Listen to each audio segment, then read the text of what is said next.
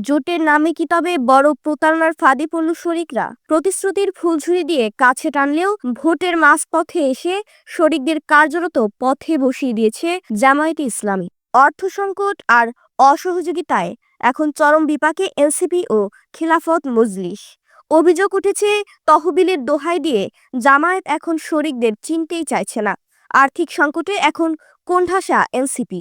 বড় অঙ্কের অনুদানের গুঞ্জন থাকলেও বাস্তবে কানাকড়িও জুটছে না তরুণ প্রার্থীদের কপালে। এনসিপি নির্বাচন পরিচালনা কমিটির সেক্রেটারি মনিরা শারমিন স্বীকার করেছেন, নিজ খরচেই ঢুকছে অধিকাংশ প্রার্থী। শুধু টাকা নয়, মাঠের রাজনীতিতেও জামায়াতের চরম দ্বিমুখী আচরণ দেখছে শরিকরা।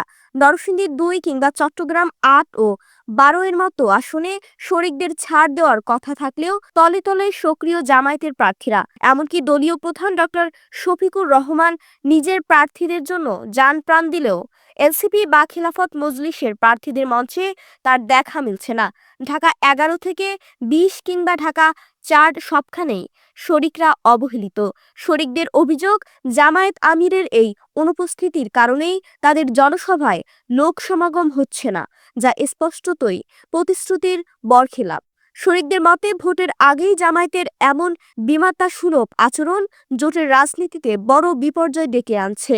এই অভ্যন্তরীণ কোন্দল নির্বাচনের ফলাফলে কতটা নেতিবাচক প্রভাব ফেলে, সেটাই এখন দেখার বিষয়।